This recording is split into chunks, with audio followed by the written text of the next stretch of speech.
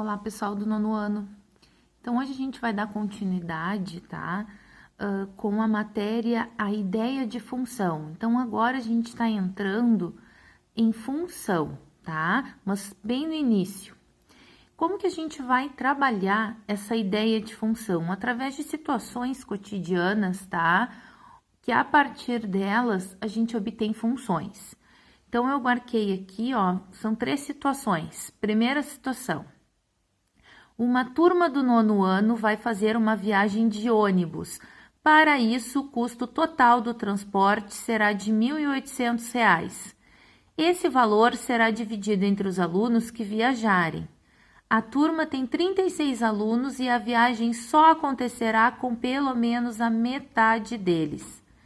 Se os 36 alunos forem viajar, cada um deles pagará R$ 50 pelo transporte, pois 1.800 divididos por 36 é R$ 50, tá?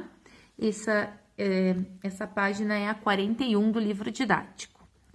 Complete a tabela ao lado, que mostra os valores que cada aluno deverá pagar para algumas quantidades de alunos presentes na viagem.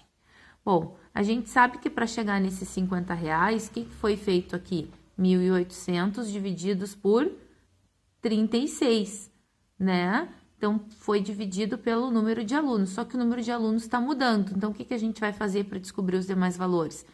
1.800 divididos por 30, que vai dar R$ 60. 1.800 divididos por 25, que vai dar R$ 72.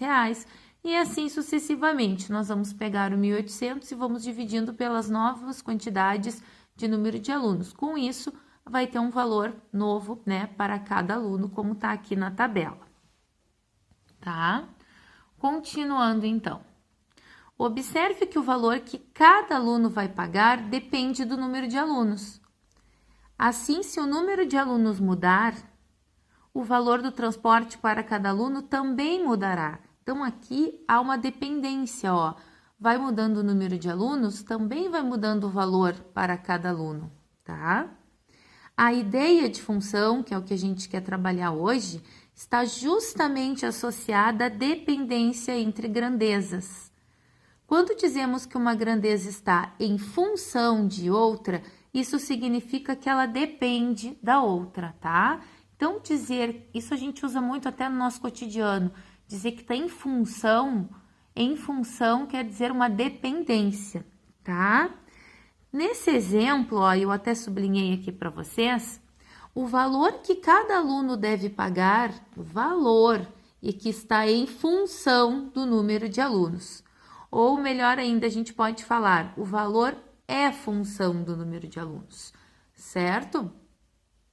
Então, aqui a gente viu uma relação de dependência dentro de um problema cotidiano. Vamos para um segundo exemplo. Priscila fez uma viagem para a Itália e precisou deixar seus pertences em um guarda-volumes para aproveitar o passeio em Veneza.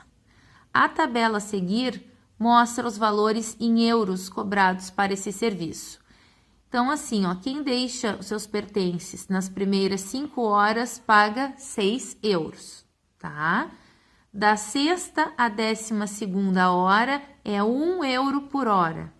E a partir da 13ª hora é 50 centavos por hora. Então, essa é a tabela de preços, tá? Para deixar os seus pertences no guarda-volume. Continuando, então. Algumas perguntas. Quais as grandezas envolvidas nessa situação? Quais são as grandezas que geram essa relação de dependência? As grandezas são tempo em que os pertences permanecem no guarda-volumes e o valor cobrado, né? É o que vai causar essa relação de dependência, o tempo e o valor cobrado, como a gente viu ali na tabelinha anterior. Letra B. Agora eu fui para a página 42. Se os pertences de Priscila ficarem guardados durante 7 horas, qual valor deverá ser pago? Bom, a gente sabe que 6 euros é cobrado pelas primeiras 5 horas. E 2 euros vai ser 2 euros pela sexta e sétima hora, né? Porque a partir né, das primeiras horas ali, depois é por hora, né? Então, como é a sexta e a sétima, vão ser 2 euros. Então, é só somar, né, que vai dar 8 euros, tá? Ó, 6 mais 2, 8 euros. Então, olha a dependência, ó. Dependendo da hora, vai dar um determinado valor. E agora, para um período de 50 horas, qual valor deverá ser pago? Bom, vai ser pago 6 euros pelas primeiras 5 horas, 7 euros da sexta à 12ª, que aqui dá 7 horas, tá? Então, são 7 euros, porque é R$1 por hora, e 19 euros pelas 38 restantes, porque depois da 13ª até a 50, tem 38 horas e é 50 centavos cada hora, então vão ficar 19 euros. Então, vai ficar os 6 das primeiras horas, os 7 da sexta à 12ª e 19, tá?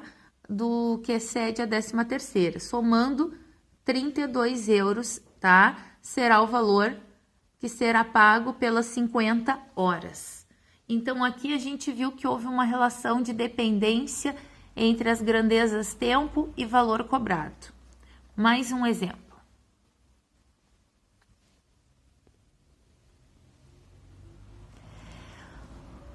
Note que aqui nós temos uma sequência, tá? A figura 1, 3 bolinhas. A figura 2, 5 bolinhas. A figura 3, 7 bolinhas. A figura 4, 9 bolinhas. O que a gente observa?